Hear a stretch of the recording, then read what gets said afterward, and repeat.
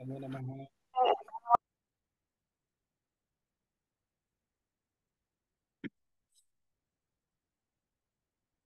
ॐ शन्नो मित्रः शं वरुणः शन्नो भवत्वर्यमा शन्न इन्द्रो बृहस्पतिः शन्नो विष्णुरुक्रमः। नमो ब्रह्मणे नमस्ते वायो त्वमेव प्रत्यक्षं ब्रह्मासि त्वमेव प्रत्यक्षं ब्रह्म वदिष्यामि ऋतं वदिष्यामि सत्यं वदिष्यामि तन्मामवतु तद्वक्तारमवतु अवतु माम् अवतु वक्तारम्। ॐ शान्ति शान्ति शान्तिः। ॐ नमो ब्रह्माभ्यो ब्रह्मविद्यासम्प्रदायकर्तृभ्यो वंशऋषिभ्यो महद्भ्यो नमो गुरुभ्यः। सर्वोपप्लवरहितः प्रज्ञानघनः प्रत्यगर्थो ब्रह्मैवाहमस्मि ब्रह्मैवाहमस्मि। शङ्करं शङ्कराचार्यं केशवं बादरायणं सूत्रभाष्यकृतौ वन्दे भगवन्तौ पुनः पुनः। ईश्वरो गुरुरात्मेति मूर्तिभेदविभागिने व्योमवद्व्याप्तदेहाय दक्षिणामूर्तये नमः। ॐ सहनाववतु सहनौ भुनक्तु सह वीर्यङ्करवावहै तेजस्विनावधीतमस्तु मा विद्विषावहै। ॐ शान्ति शान्ति शान्तिः। ॐ तपोभिक्षीणपापानां शान्तानां वीतरागिणां मुमुक्षूणामपेक्षोऽयम् आत्मबोधोऽभिधीयते।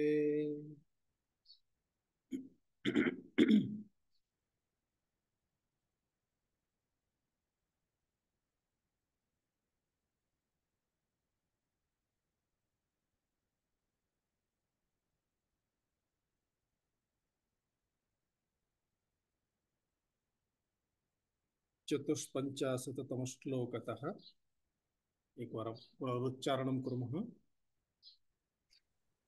यद्दृष्ट्वा न परं दृश्यम् यद्दृष्ट्वा नापरं दृश्यं दृश्यम् यद्भूत्वा न पुनर्भवः यद्भूत्वा पुनर्भवः यज्ञात्वा न परं ज्ञानम् यज्ञात्वा ज्ञात्वा न परं ज्ञानं तद्ब्रह्मेत्यवधारयेत्।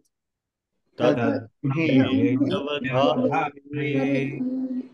तिर्यगूर्ध्वमतः पूर्णम् तिर्यगूर्ध्वमधपूर्णम् सच्चिदानन्दमद्वयम् सच्चिदानन्दमद्वयम् अनन्तं नित्यमेकं यत् अनन्तं नित्यमेकं यत् तद्ब्रह्मेत्यवधारयेत्। तद्ब्रह्मेत्यवधारयेत्। अतद्व्यावृत्तिभेदैस्तु अतद्व्यावृत्तिभेदैस्तु वेदान्तैर्लक्ष्यते व्ययम्।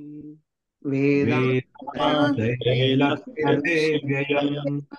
अखण्डानन्दमेकं यत् अखण्डानन्दमेकं यत् तद्ब्रह्मेत्यवधारयेत्। तद्ब्रह्मेत्यवधारयेत्। खण्डानन्दरूपस्य अखण्डानन्दरूपस्य तस्यानन्दलवाश्रिताः तस्यान्तर्वार्तिकाः ब्रह्माद्यास्तारतम्येन ब्रह्माद्यस्तारतम्येन भवन्त्यानन्दिनोऽखिलाः भवन्त्यानन्दिनोऽखिलाः तद्युक्तमखिलं वस्तु तमखिलं वस्तु व्यवहारस्त्वतिप्रियः व्यवहारस्त्वतिप्रियः तस्मात् सर्वगतं ब्रह्म तस्मात् सर्वगतं ब्रह्म ईरे सर्पिरिवाखिले। क्षीरे क्षीरे सर्वैवाखिले। एवं पूर्वश्लोकैः आचार्यः जगति विद्यमानं यत्किमपि वस्तु अस्ति अर्थात सर्वेपि विषयाः जगति विद्यमानं यस्य कस्यापि विषयस्य ज्ञानमस्ति अर्थात बोधः जगति विद्यमानं सर्वेषां वस्तूनां विषयानां या उपस्थितिः अस्ति अर्थात वर्तमानता तेषु सर्वेषु विषयेषु अथवा वस्तुषु सर्वमनुष्याणां काचित् उपयोगिता अस्ति तद्वारा अथवा तत्प्राप्तुं तत्साधयितुं सर्वेषां प्रयासः अस्ति इति सर्वेषां वस्तूनां उपयोगिता दृष्ट्या तानि सर्वाणि वस्तूनि ते सर्वे विषयाः प्रियाः अपि जगति विद्यमानं यत्किमपि अस्ति तत् प्राप्तुं तत् द्रष्टुं तत् ज्ञातुं तत् भोक्तुं तदर्थं प्रयासः तदर्थम एव सर्वेपि व्यवहाराः सन्ति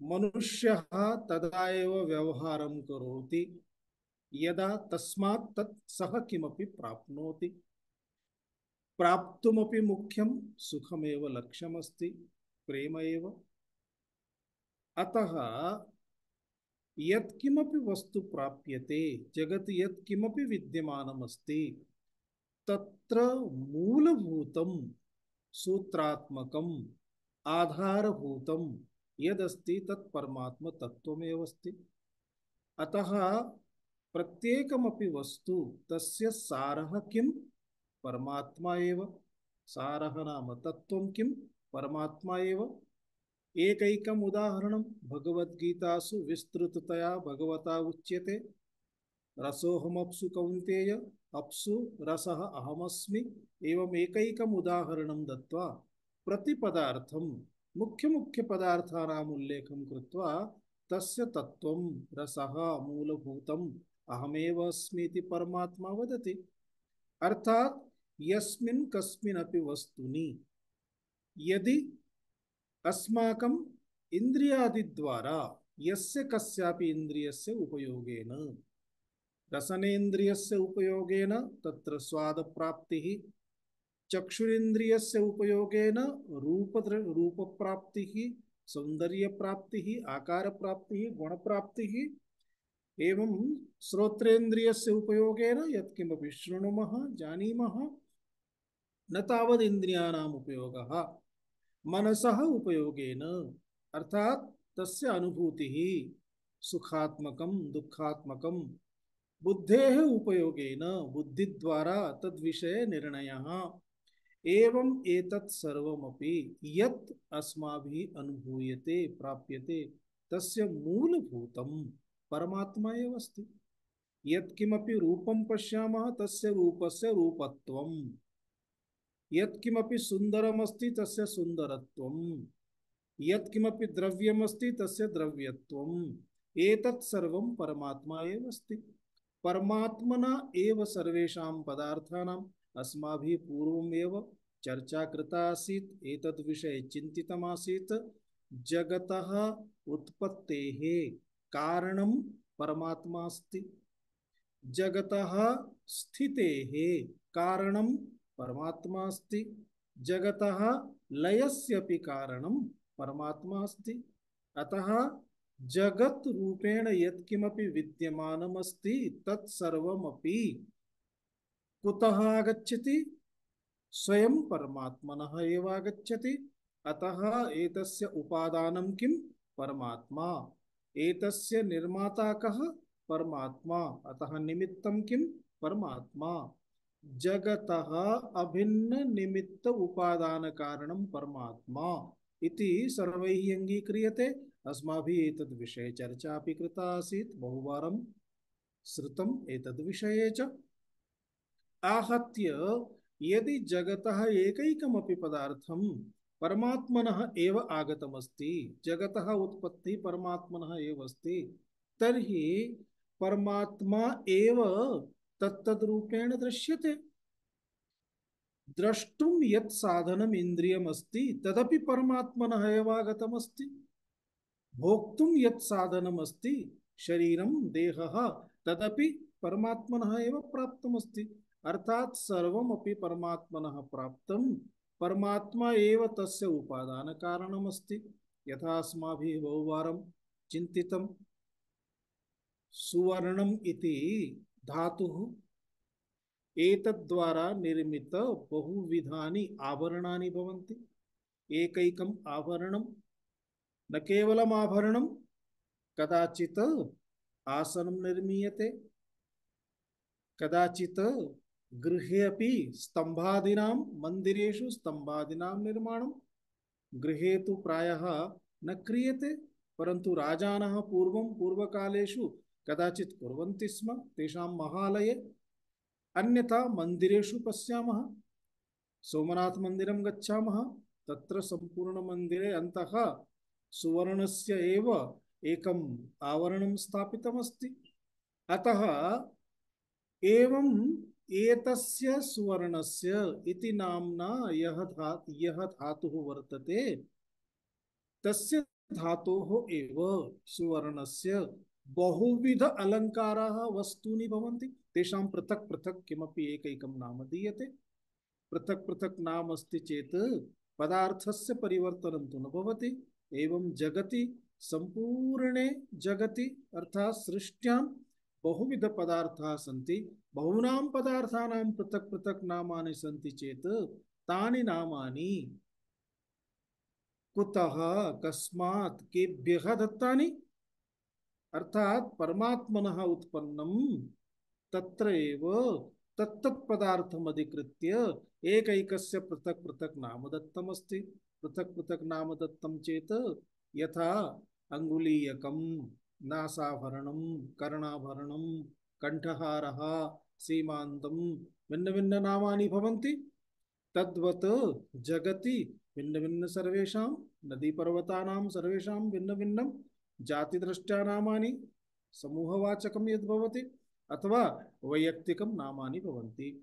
आहत्य यत् यत् पश्यति, यत् यत् जानाति, यत् यत् शृणोति, यत् किमपि अनुभवस्य विषयः भवति, तत्सर्वं परमात्मा एव अस्ति इति ज्ञातव्यं। परमात्मा एव अस्ति इत्युक्ते तत्तद्रूपेण परमात्मा नास्ति। वृक्षरूपेण अस्ति चेदपि वृक्षः परमात्मा इति न। वृक्षरूपेण यद् दृश्यते तद् रूपम् आकारः परमात्मनः नास्ति, परन्तु परमात्मनि तद् रूपस्य दर्शनं, परमात्मनि तदाकारस्य दर्शनं। परमात्मा एव तत्तद् रूपेण तत्तदाकारेण दृश्यते। अतः मूलभूतं सत्त्वं किमस्ति? परमात्मा एव अस्ति इत्येव सर्वासाम् उपनिषदां तात्पर्यमस्ति। तदेव तात्पर्यं स्वीकृत्य एकैकं श्लोकम् अधिकृत्य अत्र भगवान् भाष्यकारः शङ्कराचार्यः आद्य जगद्गुरवः एतदेव अस्माकं कृते एकैकं विषयम् अधिकृत्य एकैकं पॉइंट स्वीकृत्य अत्र इंगितं कुर्वन्ति, निर्देशं कुर्वन्तः सन्ति। यद् यत् पश्यति एतत् सर्वम् अखिलं जगत् तद्युक्तम् एव अस्ति। संपूर्णः व्यवहारः तद्युक्तः एव अस्ति। व्यवहारे एतद् यत् प्रियत्वम् अस्ति तत् प्रियत्वं परमात्मनः प्रियरूपस्य एव अस्ति। अतः सर्वास्पदं किमस्ति? परमात्मा ब्रह्म एव अस्ति। एवं तत् सर्वत्र व्याप्तमस्ति। सर्वत्र व्याप्तमस्ति इत्युक्ते तत्सर्वगतं ब्रह्म क्षीरे सर्पिः अखिले क्षीरे सर्पिः इव। सर्पिः इत्युक्ते घृतं, यथा क्षीरे घृतं भवति तद्वत्।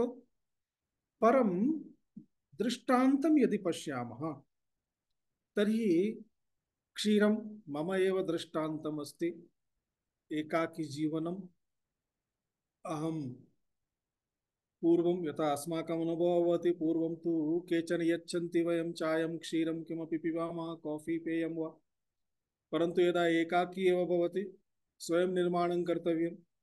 क्षीरम् आनीय पात्रे स्थापितं, किञ्चित् कार्याय बहिर्गतः, कार्यं समाप्य अहम् आगच्छामि क्षीरं स्वीकर्तुम्। आगत्य दृष्टं क्षीरं सर्वं दग्धं।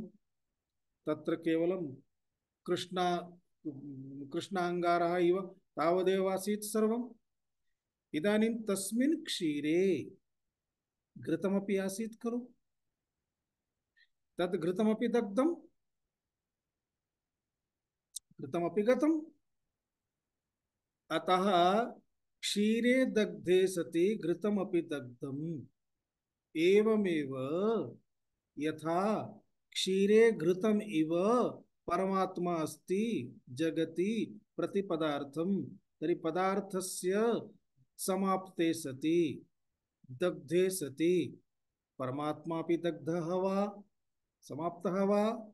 यथा दृष्टान्तमस्ति अखिल क्षीरे घृतं यथा वर्तते सर्वत्र तद्घृतं न दृश्यते, परम अस्ति। मथनानन्तरं तद्घृतं प्राप्यते। तद्वत् समग्रे ब्रह्मांडे जगति सर्वविषयेषु पदार्थेषु सर्वत्र परमात्मा अस्ति। परन्तु विषय समाप्ते सति परमात्मा अपि समाप्तः वा? तथा न भवति। एतदेव दर्शयितुम् अग्रिमश्लोकस्य आरम्भः अस्ति। अग्रिमश्लोकं पश्यामः। अनण्वस्थूलमहर्षम् अनन्तस्थूलमह्रस्वम् अदीर्घमजमव्ययम् अधीगमजमव्ययम् अरूपगुणवर्णाख्यम् अरूपगुणवर्णाख्यम् तद्ब्रह्मेत्यवधारयेत्। तद्ब्रह्मेत्यवधारयेत्।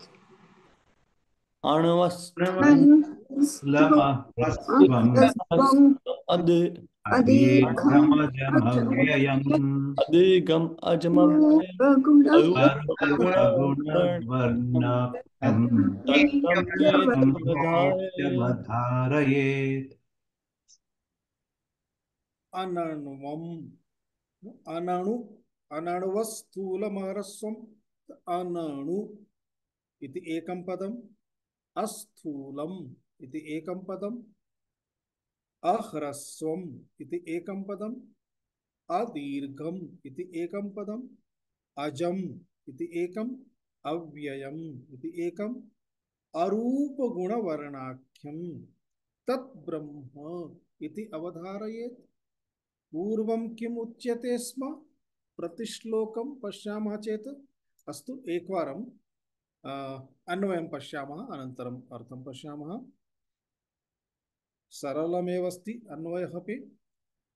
अनणु अस्थूलम् अह्रस्वम् अदीर्घम् अजम् अव्ययम् अरूपगुणवर्णाख्यम् तत्ब्रह्म इति अवधारयेत्। अन्वयः अपि एवमेव अस्ति साक्षात्। अनणु इत्युक्ते न अणुः इति। अनणुः, अणु इत्युक्ते सूक्ष्मातिसूक्ष्मं, सूक्ष्ममिति। यथा सूक्ष्मं सुसूक्ष्मम् इति उच्यते, अणु परमाणु इति उच्यते। अतः अणुः इति सूक्ष्मं, न सूक्ष्ममिति असूक्ष्मम् अनणु तथैव अस्थूलम न स्थूलमिति अस्थूलम अह्रस्वम न ह्रस्वमिति अह्रस्वम अदीर्घम न दीर्घमिति अदीर्घम अजम न जायते इति अजम अव्ययम न व्येति इति अव्ययम अर्थात अविनाशी अरूप गुणवर्णाख्यम अरूपाख्यम अगुणाख्यम अवर्णाख्यम अकारस्य अन्वयः सर्वैः शब्दैः सह अरूप गुणवर्णाख्यम इत्युक्ते रूपम गुणः वर्णः इति शब्दत्रयम् अस्ति अकारस्य अन्वयः सर्वैः सह अरूपम अगुणः अगुणम अवर्णम अर्थात अरूपाख्यम अगुणाख्यम अवर्णाख्यम इति अरूपम इत्युक्ते न रूपम इति अरूपम यस्य रूपम नास्ति अगुणम इत्युक्ते न गुणः इति अगुणः अगुणम अवर्णाख्यम इत्युक्ते न वर्णम इति अवर्णम न वर्णः इति अवर्णः अवर्ण आख्यम इत्युक्ते कथनम नाम अर्थात ख्याति प्रसिद्धि यस्य नाम ख्याति प्रसिद्धि कीदृशी अस्ति अरूपत्वेन अगुणत्वेन अवर्णत्वेन अस्ति इति तत् ब्रह्म इति अवधारयेत् इति सामान्यः अर्थः अस्ति पूर्वश्लोकेषु वयं पश्यामः चेत् सर्वत्र किं किम् उच्यते अस्ति यत्र यत्र यत् तत् ब्रह्म इति अवधारयेत्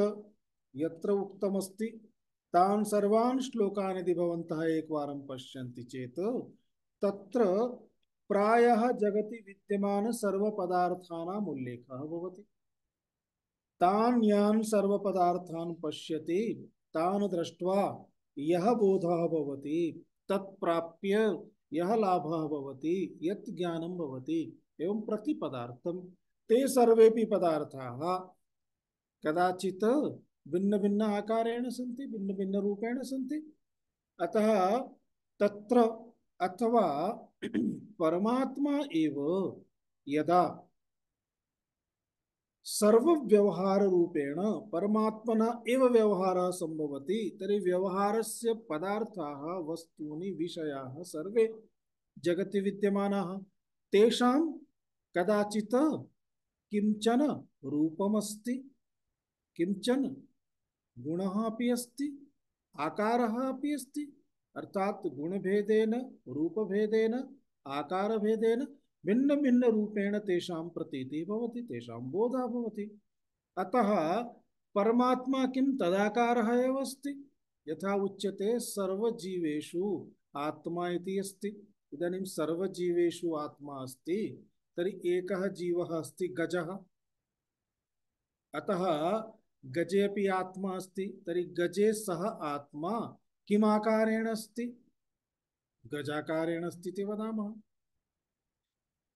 पिपीलिका अपि अस्ति पिपीलिकायामपि आत्मा अस्ति पिपीलिकायाम् आत्मा किम् आकारेण अस्ति तर्हि पिपीलिका आकारेण अस्ति अर्थात पिपीलिकायाः देहः तद्देहे परमात्मा तदेव आत्मा अस्ति गजस्य सः आत्मा इति इदानीं केनचित् कारणेन पूर्वजन्मनः प्रभावात् गजः कदाचित् मनुष्यः आसीत् पिपीलिका अपि मनुष्यः आसीत् मनुष्यजन्मनि कृतानि कर्माणि आसन् तस्मात् गजः इदानीं गजस्य आयुः समाप्तं गजः मरणं प्राप्नोति मरणं प्राप्य पुनः अन्य रूपं प्राप्नोति अन्य देहं प्राप्नोति पूर्वकर्मणः अनुसारेण कदाचित् गजः पिपीलिका भवति पिपीलिका भी मरणं प्राप्नोति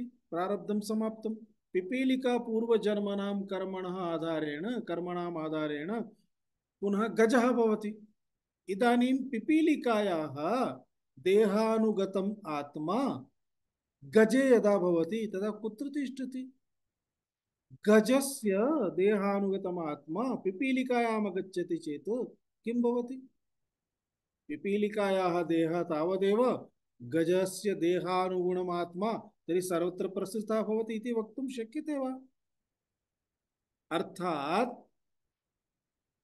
देह परिणामेन आकार परिणतेन परमात्मनः परिणतिः नास्ति।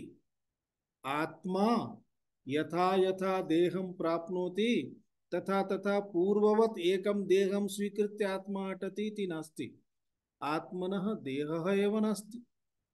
एतस्मात् कारणात् इति सामान्यं तर्कद्वारा वयं चिन्तयामः चेत् अस्माभिः अवबोद्धुं शक्यते देहस्य आत्मनः सम्बन्धः केवलं तादात्म्यमस्ति, अन्यथा देहस्य आत्मनः कोऽपि सम्बन्धः नास्ति। एतदर्थमुच्यते आत्मा असङ्गः इति। एवं सर्वत्र यत्र यत्र पदार्थमुद्दिश्य उक्तमासीत् यद् यत् पश्यति चक्षुभ्यां तत्तत् ब्रह्मेत्यवधारयेत। चक्षुभ्यां यद् यत् पश्यति यद् यत् शृणोति श्रोत्राभ्यां कर्णाभ्यां तत्तत् ब्रह्मेत्यवधारयेत।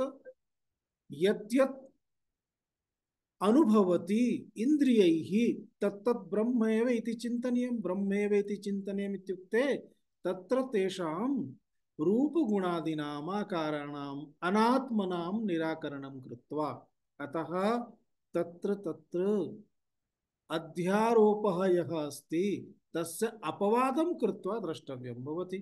इदानीम् अपवादं करोति चेत् किं रूपं भवति, कीदृशं परमात्मनः स्वरूपं, कथं परमात्मा इति तस्य विवेचनार्थं विवेकार्थम् एव अग्रिमश्लोकस्य एतस्मिन् श्लोके प्रतिपदम् उच्यते। एकैकम् अर्थं पश्यामः शब्दं स्वीकृत्य। अनणु परमात्मा तत् ब्रह्म इति अवधारयेत। तत् परमात्मा अनणु इति अवधारयेत।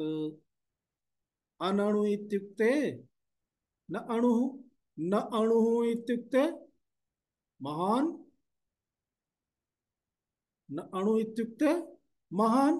तो महान् इति वदामः चेत् महान् इत्युक्ते अस्माकं बुद्धौ महान् इति किं प्रविशति?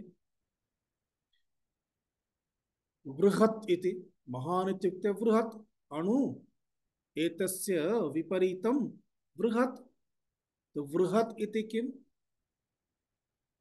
परमात्मा अणुः नास्ति, अर्थात् बृहदस्ति। बृहद् इत्युक्ते किं? ब्रह्म शब्दस्य उत्पत्ति अपि ब्रह्म बृहत् इत्यस्मिन् अर्थे ब्रह्म धातुः अस्ति। तस्मादेव ब्रह्म शब्दस्य उत्पत्ति अस्ति। बृहत्वात् ब्रह्म इति उच्यते। अर्थात् अनणु इत्युक्ते न अणु इत्युक्ते न लघु न सूक्ष्मम् इत्युक्ते बृहत् ब्रह्म महान् इति उच्यते। महान् इति उक्तं चेत् कियत् महान्? अस्माकं बुद्धौ महान् इत्यस्य अंतिम परिकल्पना या अस्ति ततोपि अधिकं, ततोपि किञ्चित् अधिकम् इति चिन्तयामि। इदानीं बहु बृहदस्ति इति कोऽपि वदति तर्हि बहु बृहत् इत्युक्ते बहु बृहत् बहु बृहत् बहु बृहत्। अन्तिमम् एका सीमा अस्माकं बृहत् इति चिन्तनं भवति। ततोपि अधिकम् इति चिन्तनीयम्। अर्थात् अस्माकं चिन्तनमपि तावत् गन्तुं न शक्नोति इति। बृहत् इत्युक्ते परमात्मा यदि बृहत् अस्ति तर्हि अणु नास्ति इति। केवलं बृहत् इति पश्यामः सर्वव्यापकं चेत् तस्मिन् अणु इत्यपि आगच्छति, सर्वमपि भवति। सुसूक्ष्मत्वमपि तस्मिन् बृहत्त्वे सम्पादितं भवति। परन्तु बृहत् अस्ति इत्युक्ते वयं किं चिन्तयामः? किञ्चन टावर्स् भवन्ति भिन्न भिन्न देशेषु, तेषाम् औन्नत्यम् इत्युक्ते सर्वाधिकम् औन्नत्यं भवति, अतः बृहत् इति उच्यते। तेषां धिया तत्तत् बुद्ध्या किमुच्यते? तत् बृहत् अस्ति। एवं यदा बृहत् उच्यते तया दृष्ट्या तदा परमात्मा अपि यदि बृहत् इति तदाधारेण चिन्तयामः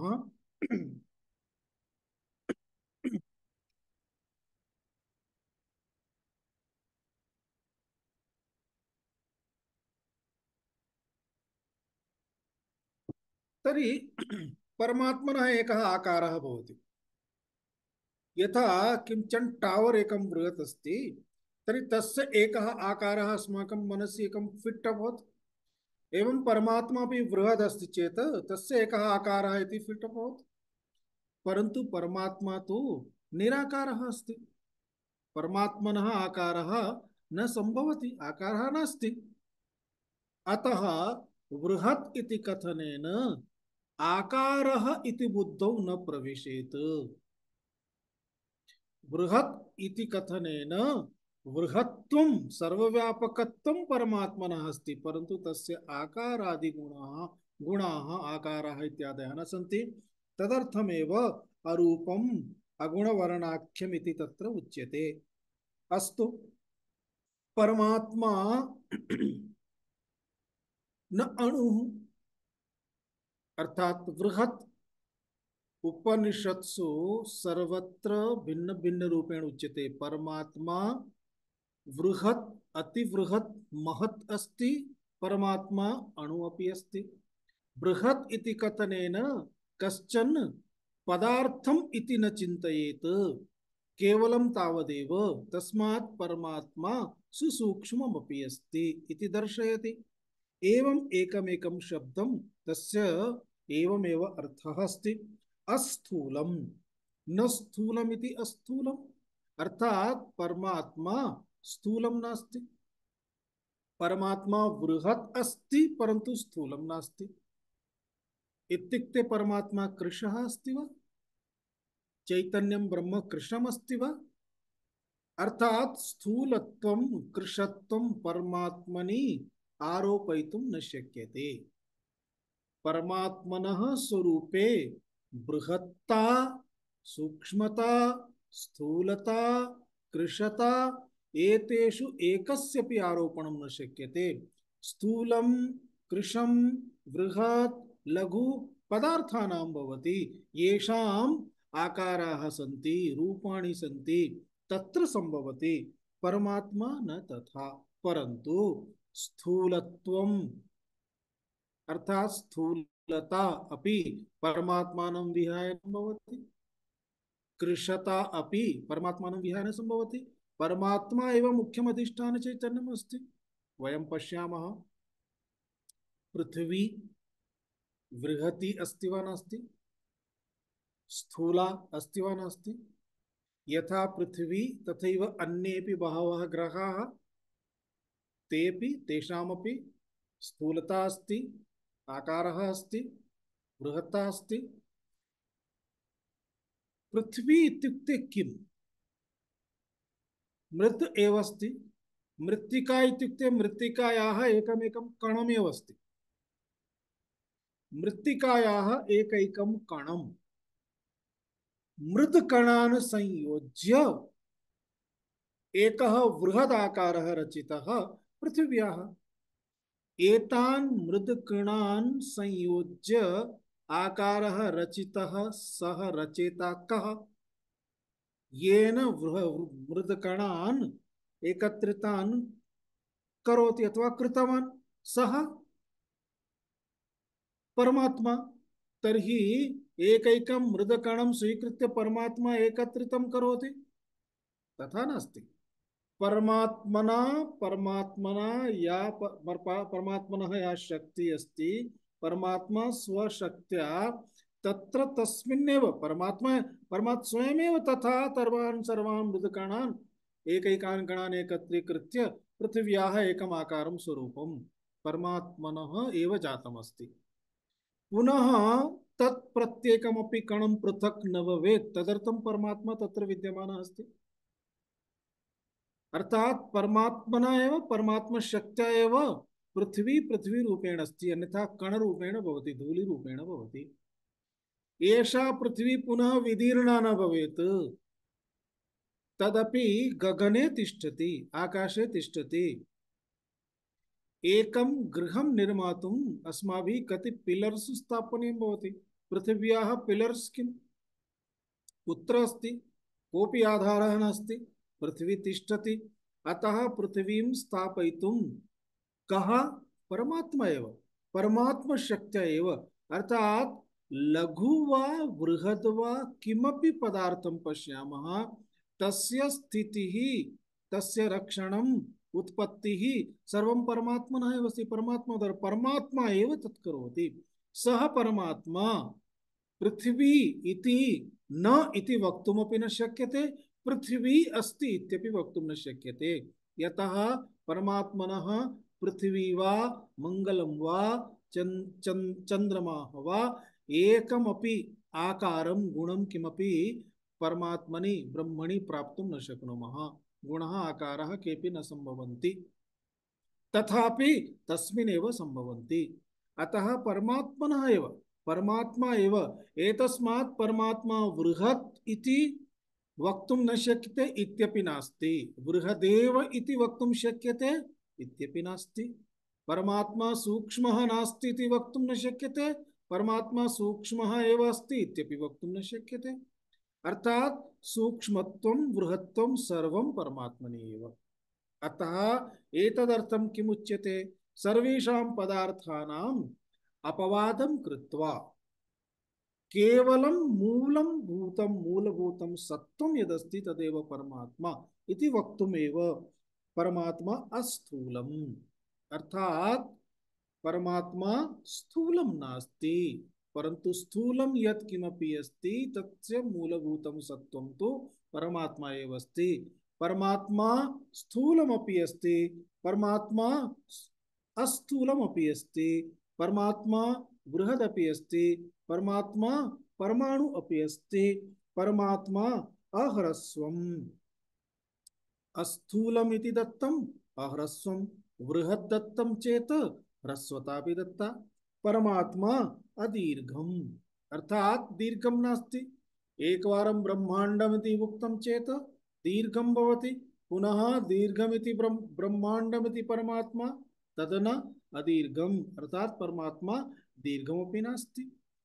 एकवारम् एतदस्ति पुनः एतद् नास्ति इति कथनस्य तात्पर्यमस्ति दृश्यमानं रूपम् आकारं सर्वं वयम् अपसारयामः, दूरं कुर्मः, तद् तेषां सर्वेषां मूलभूतम् आधारः यः अस्ति सः एव परमात्मा इति तात्पर्यं भवति। एवमेव अदीर्घम् अजम्, अजम् इत्युक्ते न जायते इति अजम्। अतः परमात्मनः उत्पत्तिः नास्ति। यदि उत्पत्तिः अस्ति तर्हि समाप्तिः अपि अस्ति। सर्वेपि विकाराः तत्र भवन्ति। यः जायते जातस्य हि ध्रुवो मृत्युः, ध्रुवं जन्म मृतस्य च। यदि जायते उत्पद्यते तर्हि मरणं तस्य निश्चयेन अस्ति। परमात्मा न जायते, न जायते म्रियते वा कदाचित्, नायं भूत्वा भविता वा न भूयः।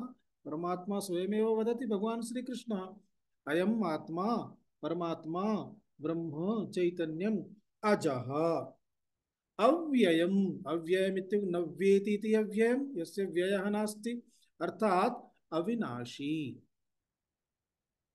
अरूपम् अगुणम्, अर्थात अरूपाख्यम् इत्युक्ते परमात्मनः रूपं किमपि वक्तुं न शक्नुमः।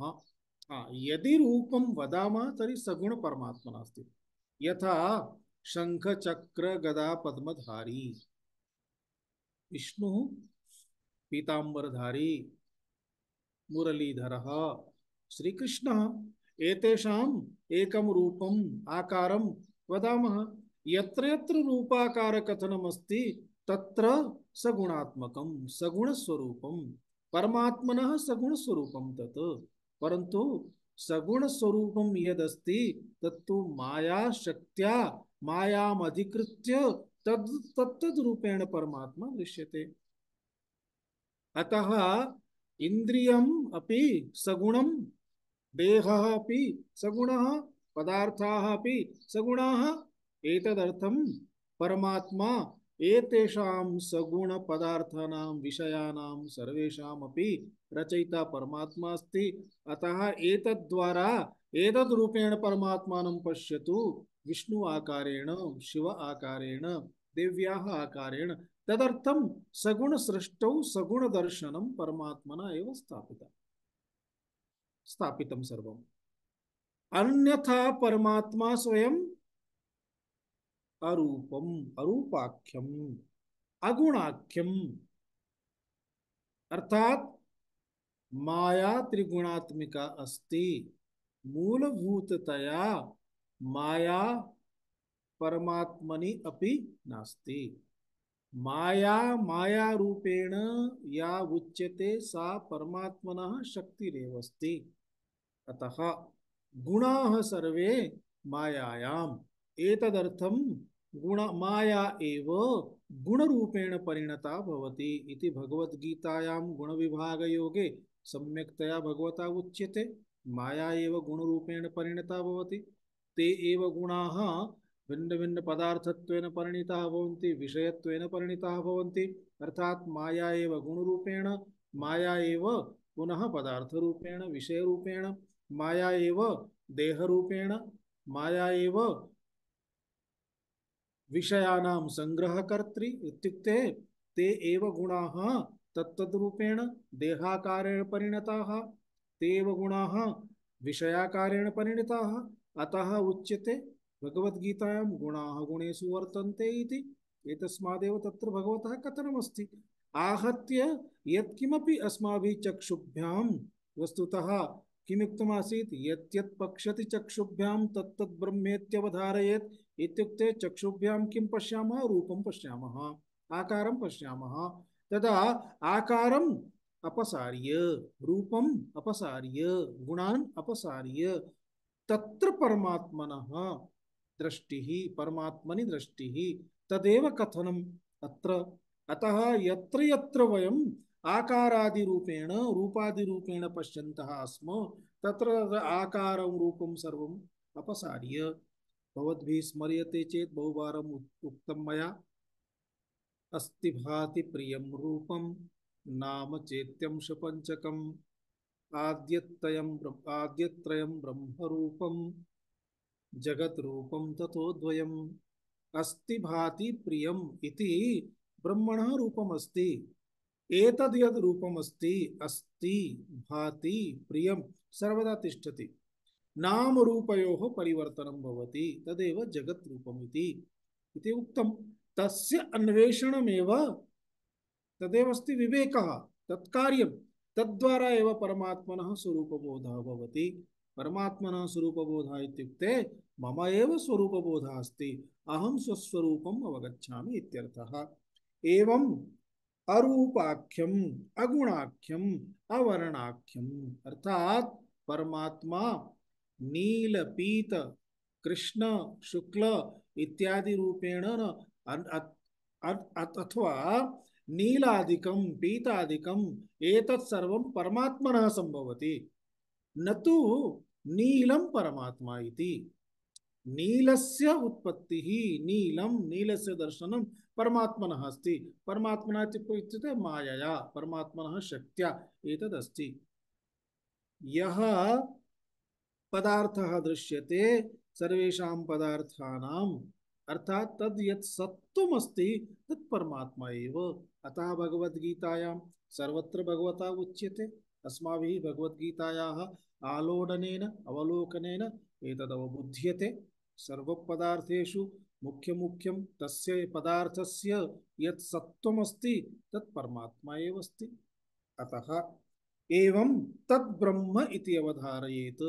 अर्थात जगति दृश्यमानं पदार्थं यत्किमपि अस्ति तान् सर्वान् पदार्थान् तस्य मूलभूतम् अनात्मानं सर्वम् अपसार्य तत्र अपोह्य मूलं यत् सत्त्वम् अस्ति तत् परमात्मा एव। परमात्मानं तत्र एव ब्रह्म इति अवधारयेत्, परमात्मानम् अवधारयेत् इत्यर्थः एतस्य श्लोकस्य। अग्रिमश्लोकं पश्यामः। यद्भासा भासतेर्कादिर् यद्भासा यद्भासा भासते भासते भास्यैर्यत्तु न भास्यते भास्येयत्तु न भास्यते येन सर्वमिदं भाति येन येन सर्वमिदं भाति तद्ब्रह्मेत्यवधारयेत् तद्ब्रह्मेत्यवधारयेत् यद्भासा यद्भासा भासते काले भास्येयत्तु न भास्यते येन सर्वमिदं सर्वमिदं भाति तद्ब्रह्मेत्यवधारयेत् तद्ब्रह्मेत्यवधारयेत् यत् भासा भासते अर्कादिः भास्यैः यत् तु न भास्यते येन सर्वम् इदं भाति तत् ब्रह्म इति अवधारयेत्। अन्वयं पश्यामः। यद् भासा अर्कादिः भासते भास्यैः यत्तु न भास्यते येन सर्वम् इदं भाति तत् ब्रह्म इति अवधारयेत्। यद्भासा यद्भासा अर्थात भासा भासः इत्युक्ते प्रकाशः यस्य प्रकाशेन यद्भासा यस्य प्रकाशेन अर्कादिः भासते इत्युक्ते सूर्यादयः सूर्यस्य यः प्रकाशः अस्ति स्मर्यते चेत् प्रभास्मि शशि सूर्ययोः इति भगवद्गीतायां भगवान् वदति। शशि सूर्ययोः प्रभा अहमेव अस्मि इत्युक्ते सूर्ये यः प्रकाशः अस्ति सः प्रकाशः मम इति न अहमेव अस्मि। अहमेव सूर्ये प्रकाशरूपेण प्रकाशं करोमि प्रकाशं करोमि अर्थात अहमेव प्रकाशे अहमेव प्रकाशरूपः इति परमात्मा एव प्रकाशरूपः। अतः यस्य प्रकाशद्वारा इत्युक्ते यः प्रकाशरूपः परमात्मा अस्ति तस्य प्रकाशरूप परमात्मनः एव प्रकाशः तस्मिन् सूर्ये विद्यते। एतस्मात् कारणात् नारायणः इत्युक्ते विष्णुः। सूर्यमपि किं वदामः नारायणः सूर्यनारायणः इत्युक्ते परमात्मा विष्णुः एव सूर्यरूपेण यदा प्रकाशते तदा सूर्यनारायणः उच्यते। भवन्तः सर्वे अपि विवाह अनन्तरं लक्ष्मीनारायणौ इति उच्यते। लक्ष्मीनारायणः यदा लक्ष्मी च नारायणश्च लक्ष्मीनारायणौ एवं उक्त्वा स्वागतीक्रियते विद्वद्भिः। मम गृहे लक्ष्मीनारायणयोः स्वागतमस्ति। किमर्थं यतः पतिरूपेण प्राप्तं यत् पात्रमस्ति तत् साक्षात् लक्ष्म्याः एव रूपमस्ति। पत्नीरूपेण प्राप्तं यत् पात्रं तथैव पतिरूपेण प्राप्तं यत् पात्रमस्ति तत् साक्षात् विष्णुः एव अस्ति। अतः लक्ष्मीनारायणः इति दम्पत्योः कृते प्रयोगः क्रियते। इत्युक्ते सर्वरूपं यत् पश्यामः सर्वं नारायणरूपं लक्ष्म्याः रूपमेव अस्ति। स्त्रीपुरुषभेदरूपेण पश्यामः चेत् अन्यथा शिवपार्वतीं पश्यतु। भगवान् शिवः उदाहरणं ददाति। तत्र शिवः पार्वती पृथक् दृश्यते परन्तु पार्वतीं शिवः स्व अर्धम् अंगं कृत्वा स्थापयति यदा दर्शयति तदा एकस्मिन्नेव शरीरे एकं भागमिति। पुनः शिवः केवलं शिवः दृश्यते तस्य अर्धं भागमिति भिन्नं न दृश्यते तत्र। इत्युक्ते अस्मान् सर्वान् बोधयितुमेव अस्ति। परमात्मा एव एतद् रूपेण अस्ति। परमात्मा एव शिवरूपेण पार्वतीरूपेण परमात्मा एव विष्णुरूपेण लक्ष्मीरूपेण। अतः यदा लक्ष्मीरूपेण विष्णुरूपेण पृथक् पश्यामः तदा तदेव तस्य सगुणं स्वरूपमस्ति। निर्गुणं स्वरूपं तु परमात्मनः न विष्णु आकारेण न शिव आकारेण न लक्ष्म्याः आकारेण, तत्तु निराकारता एव अस्ति तत्र। एवं निर्गुणं निराकारम् इति ब्रह्म इति उच्यते। आहत्य सूर्ये यः प्रकाशः अस्ति सः स्वयं परमात्मा एव अस्ति। परमात्मनः प्रकाशः इति वक्तुं शक्यते, परन्तु परमात्मा स्वयं प्रकाशरूपः अस्ति। अर्थात् परमात्मा एव यदा सूर्यरूपं स्वीकरोति तदा तस्य सूर्यस्य कार्यं किं? प्रकाशनकार्यमस्ति। परमात्मना एव प्रकाशः। अतः यद् भासा अर्कादिः भासते। अर्कादिः इत्युक्ते सूर्यादिः इत्युक्ते आदिपदेन किमस्ति? चन्द्रः, अग्निः, पुनः दीपाः। यत्र यत्र प्रकाशः अनुभूयते दृश्यते सर्वोऽपि प्रकाशः अग्निद्वारा अस्ति, रात्रौ चन्द्रद्वारा अस्ति, दिने सूर्यद्वारा अस्ति। परन्तु चन्द्रप्रकाशस्य कृते अपि कारणं सूर्यः एव अस्ति। सूर्यस्य प्रकाशद्वारा एव चन्द्रः प्रकाशते। तारकाः प्रकाशन्ते रात्रौ, तारकानां प्रकाशस्यपि कारणं किमस्ति? सूर्यः एव अस्ति, सूर्यस्यैव प्रकाशः। अर्थात् परमात्मा एव सूर्यरूपेण यदा प्रकाशते, परमात्मनः प्रकाशेन एव सूर्यस्य प्रकाशः अस्ति। तस्य सूर्यस्य प्रकाशेन तारकानां, ग्रहाणां, चन्द्रमसादीनां प्रकाशः अस्ति। सर्वेषां प्रकाशाः। अग्निः अपि परमात्मनः एव, अर्थात् अग्निरूपेण मूलभूतं यत् तत्त्वम् अस्ति तत् परमात्मा एव अस्ति। अग्निद्वारा अन्येऽपि पदार्थाः प्रज्वलिताः भवन्ति।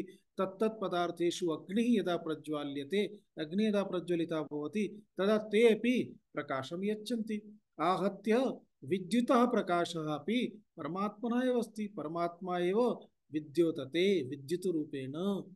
अर्थात् परमात्मना एव सर्वमिदम् इति। एतत् सूचयितुं किमुच्यते?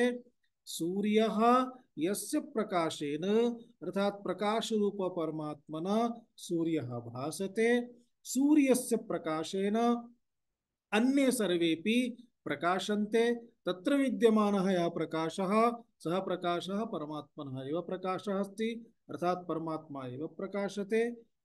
एवं परमात्मनः एते सर्वे प्रकाशन्ते, परन्तु एतेषां प्रकाशद्वारा भास्यैः प्रकाशैः सूर्यस्य वा चन्द्रस्य वा अन्येषां वा प्रकाशैः न तु परमात्मा भास्यते। तेषां द्वारा परमात्मनः प्रकाशनं न शक्यते। एतेषां प्रकाशनं परमात्मनः अस्ति, न तु परमात्मानं प्रकाशयितुम् एते समर्थाः भवन्ति। इत्युक्ते सर्वाणि इन्द्रियाणि अपि, चक्षुरपि अस्माकं प्रकाशः अस्ति। चक्षुद्वारा स्मरन्ति चेत् श्लोकः स्मरणे स्यात्। एकश्लोकी वेदान्तमस्ति श्लोकः। तत्र किं ज्योतिस्तव भानुमान हनिमे रात्रौ प्रदीपादिकम् इत्यादिकं। तत्र अन्ततो गत्वा आत्मज्योतिरेव श्रेष्ठा ज्योतिः अस्ति, अर्थात् सर्वस्य प्रकाशनम् आत्मना एव अस्ति। तदहमेव अस्मि इति शिष्यः वदति। एकवारं श्लोकान् भवन्तः समयं प्राप्य स्मरन्तु। आहत्य येन इदं सर्वं भाति प्रकाशते, येन परमात्मना जगतः सर्वविषयाणां बोधः भवति, ज्ञानं भवति, सः एव तदेव ब्रह्म इति अवधारयेत। तदेव परमात्मा। पुनः तद् यत् ब्रह्म इति तदेव अहमस्मि इति निर्णयः इति बोधः। यद्भासा भासते अर्कादिः सूर्यादिः यत् भासा यत् प्रकाशेन एते सर्वे प्रकाशिताः भवन्ति, परन्तु एतेषां प्रकाशानां द्वारा परमात्मा तु न प्रकाशते, न ज्ञायते। परमात्मा न ज्ञायते इत्युक्ते किम्? यदि सूर्यः नास्ति चेत् पदार्थानां बोधः न भवति। यदि प्रकाशः नास्ति चेत् अन्य पदार्थानां बोधः न संभवति। परमात्मा अपि ज्ञातव्यः इति उच्यते खलु। इदानीं परमात्मा अपि ज्ञातव्यः। जगति विद्यमानाः पदार्थाः ज्ञातव्याः चेत् तस्य कृते तत्र प्रकाशः आवश्यकः अस्ति। एवं परमात्मा अपि ज्ञातव्यः अस्ति, तर्हि तस्य कृते अपि प्रकाशः आवश्यकः अस्ति। बहुवारम् अस्माभिः उक्तमस्ति, स्मर्यते चेत्। अस्माकं बहु सूक्ष्मम् उदाहरणं वदामि। अस्माकं गृहेषु देवालयः भवति। कदाचित् वयं दीपं ज्वालयामः, प्रायः ज्वालयामः। दीपं ज्वालयामः, कदाचित् कश्चन विशेषोत्सवः भवति, यथा नवरात्र्योत्सवः भवति, तदा अखण्डं दीपं ज्वालयामः। देव्याः पुरतः एकस्मिन् छिद्रयुक्ते घटे, तदेव गर्भः इति उच्यते, तस्मिन् गर्भे एकं दीपं प्रज्वाल्य स्थापयामः। अथवा तत्तु वायोः रक्षणाय एवमस्ति। यदि वायोः समस्या नास्ति तदा तादृशस्य आवरणस्य आवश्यकता नास्ति। इदानीं सः दीपः आदिनं प्रज्वलति वा न प्रज्वलति इति द्रष्टुं गच्छामः खलु। गच्छामः। रात्रौ अपि द्रष्टुं गन्तव्यं। दिने दीपं द्रष्टुं गच्छामः। गृहे एकस्मिन् भागे यत्र मन्दिरमस्ति तत्र, परन्तु दिने तु प्रकोष्ठे कुत्रापि द्रष्टुं गन्तुं समस्या नास्ति, यतः सूर्यस्य प्रकाशः अस्ति। परं रात्रौ अन्धकारः अस्ति। इदानीम् अन्धकारे तावत् पर्यन्तं गन्तव्यमस्ति, मार्गः न दृश्यते। वयं हस्ते करदीपं स्वीकुर्मः खलु। करदीपं स्वीकृत्य, अथवा यत्र प्रकोष्ठः अस्ति प्रतिप्रकोष्ठं यत्र यत्र गच्छामः एकं दीपं ज्वालयामः। अन्ततो गत्वा यदा दीपसमीपं प्राप्नुमः तदा तं दीपं द्रष्टुं कस्य प्रकाशस्य आवश्यकता अस्ति? चिन्तयतु। किञ्चित् विशालं गृहमस्ति, ग्यालरी अस्ति, ग्यालरी अनन्तरं प्रकोष्ठः अस्ति, तत्र मन्दिरमस्ति। रात्रौ ग्यालरी मध्ये किमपि न दृश्यते, दीपं ज्वालयामः। अनन्तरं प्रकोष्ठम् उद्घाटयामः। प्रकोष्ठेपि अन्धकारः अस्ति खलु। इदानीं दीपं द्रष्टुं प्रकोष्ठे दीपज्वालनस्य आवश्यकता अस्ति।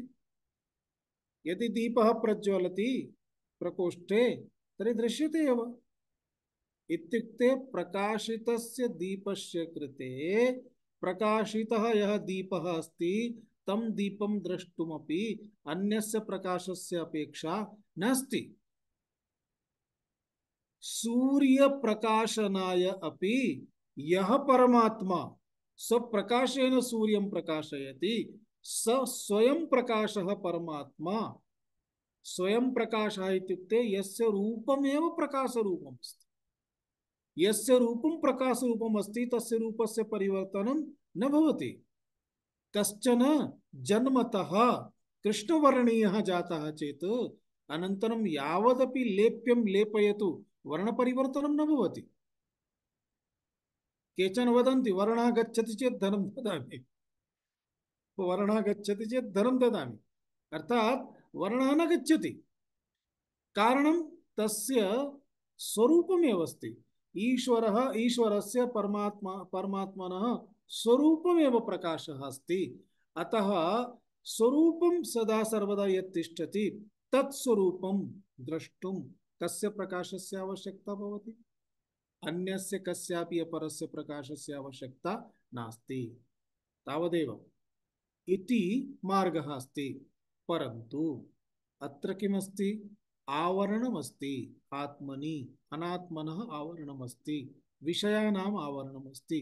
तद् निराकरणाय आवरणं दूरीकर्तुं अस्माकं शास्त्राणि बोधयन्ति। आवरणानि कानि सन्ति? बुद्धि इति आवरणं, मनः इति आवरणं, चित्तमिति आवरणम्, अहंकारः इति आवरणम्। एतत् अहम् आत्मा परमात्मा ब्रह्म चैतन्यं तदेव अहमस्ति, परन्तु तत्र अहंकारस्य आवरणमस्ति, अतः अहम् इति आत्मनः बोधः न भवति। तस्मिन्नेव बुद्धौ मनसः अर्थात बुद्धि मनः इत्यादीनि एते सर्वेपि आवरण कार्यं कुर्वन्ति। तत्र पुनः इंद्रियाणि, तत्र पुनः स्थूलदेहः, तत्र पुनः इंद्रियाणि कुत्र नयन्ति? विषयेषु भिन्नं भिन्नं विषयं, तत्र रूपं गुण गुणाः सौन्दर्यम् आकारः बहु बृहत् अस्ति। अरे बहु सूक्ष्मम् अस्ति, पश्यतु। एवं सूक्ष्मतायां बृहत्तायां तत्र सर्वत्र दृष्टिः अस्ति। अतः परमात्मा परमात्मा तु कुत्र अस्ति? सर्वत्र अस्ति चेदपि अस्माकम् इन्द्रियादीनां देहादीनाम् आवरणमिति कारणात् परमात्मानं न पश्यामः। अतः नाहं देहः नाहम् इन्द्रियाणि इति विवेकं शास्त्राणि कारयन्ति। तस्मात् अनन्तरं पुनः यथा मंदिरे विद्यमानं दीपं द्रष्टुम् अन्यस्य दीपस्य आवश्यकता न भवति, तथैव मम देहमन्दिरे विद्यमानम् आत्मानं द्रष्टुम् अन्यस्य कस्यापि आवश्यकता न भवति, अहं स्वयमेव अस्मि इति बोधः भवति। एतदेव शास्त्रकार्यमस्ति, तदेव वयं कुर्वन्तः अस्मि। यथा अत्र अस्ति तथैव कठोपनिषत्सु अपि उच्यते काठके, न तत्र सूर्यो भाति न चन्द्रतारकं नेमा विद्यतो भान्ति कुतोऽयम् अग्निः। अर्थात एतादृशमेव सर्वत्र वाक्यम् अस्माकम् उपनिषद् माता सदा सर्वदा अस्मान् बोधयति। कठोपनिषदि आगमिष्यति, तत्र वयं पश्यामः। ओम पूर्णमदः पूर्णमिदं पूर्णात् पूर्णमुदच्यते पूर्णस्य पूर्णमादाय पूर्णमेवावशिष्यते। ओम शांति शांति शांति। हरिः ओम श्री गुरुभ्यो नमः। हरिः ओम।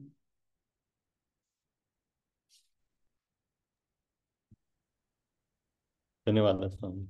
ओम बहु धन्यवाद स्वामी। ओम। धन्यवाद स्वामी। स्वामी जी।